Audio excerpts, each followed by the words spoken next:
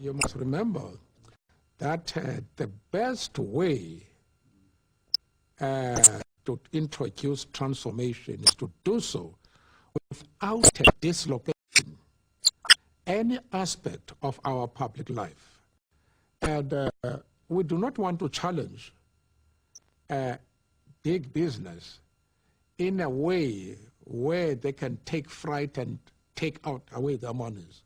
We are changing the whole economic aspect of this country, but it has to be done skillfully by discussions with stakeholders and where we're unable to agree to push on. Do you reflect that the Freedom Charter, and paraphrasing, did say or did aspire to the people of this country really owning its wealth? Is that something that's still possible? Why not? They are already beginning to share in that wealth. The affirmative action as far as business is concerned, you are having now blacks, Africans, coloreds, and Indians involved in companies which command billions of assets, something totally new in this history of this country. That is taking a share in the wealth of that country. Since the ANC came to power, inequality among blacks has risen as the class gap has opened up. People power is being taken over by a black elite, an extension of the black middle class created by the apartheid regime as a buffer to real change. This is Cyril Ramaphosa, former head of the Miners' Union and today a member of the ANC's national executive and a millionaire businessman, seen here with mining magnate Nicky Oppenheimer. It was Ramaphosa who negotiated the ANC's historic compromises. By using black faces in the boardroom, the old power structure has gained access to the new political establishment.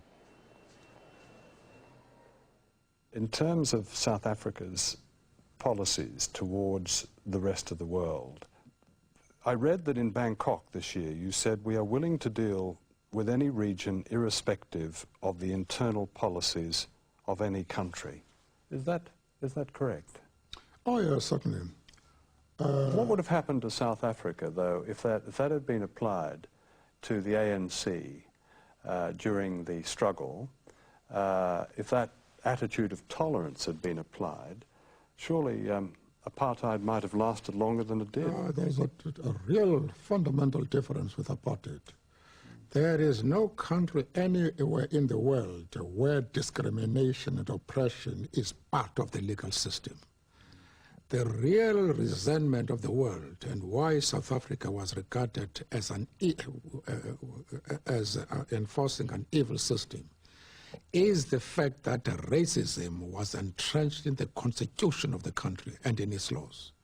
And also, some of the Western countries are lagging behind countries like in the Middle East, where in a country like Saudi Arabia, students enjoy benefits I have not seen anywhere in the world, where students study free, and in university they are actually paid no less than $300 a month for studying free.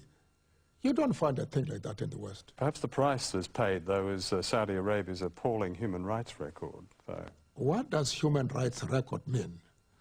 Does poverty of a large section of the people, disease, ignorance, medical services that they cannot afford, is not that part of a bad human rights record?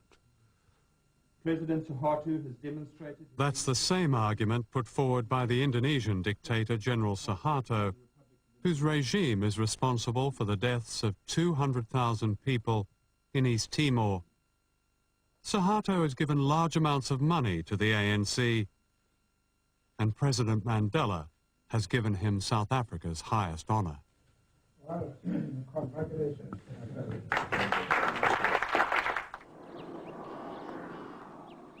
The forced removal of millions of people from the land was the most brutal weapon of South Africa's white rulers. Today, wealthy white farmers continue to control more than 80% of the agricultural land, and their existing property rights are guaranteed in the new constitution. We have set up a claims court which is busy examining, investigating, firstly, whether people can be given land from state land. And we're making progress as far as that is concerned. Secondly, there were people who were removed from their own land by force. And where those people can be returned to that land, we are returning them. In fact, less than half of 1% of farming land has been given back. I think it's fear, basically. They're frightened, just as the old government was frightened to upset white farmers. This new government is almost as frightened. And I don't know why. There are less than 60,000 white farmers, that's all, who own all this land. It's not the whole population of 4 or 5 million whites. Most of them, for example, their land is mortgaged to the land bank, which is basically the government. The government really owns most of their land. But they're in debt to the land bank for 23 billion rand. And if the government simply foreclosed on those loans, they would have their land back. Then they say, oh, we can't do that because we rely on these people to produce. We don't. The vast majority of those farmers are hardly productive at all. Most of our agriculture is produced, or produce comes from 3% of the arable land. And that 3% is owned by a tiny group of extremely wealthy white farmers.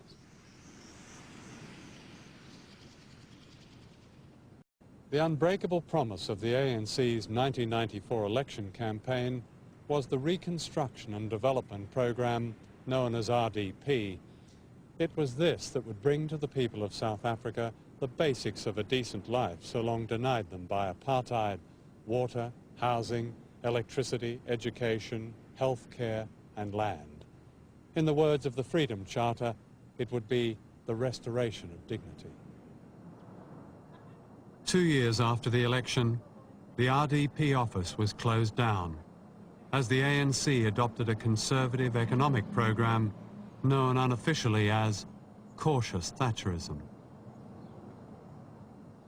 Today, almost a quarter of the national budget pays the interest on a huge debt left by the apartheid regime.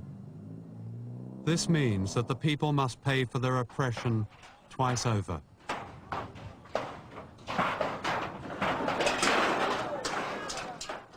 It was the great hope of people that scenes like this would never happen again.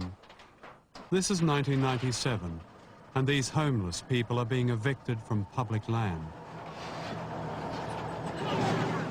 ANC housing policy relies largely on private banks, which are reluctant to lend to poor people. The very poorest may get a grant of £2,000 to build this. Outside walls are extra.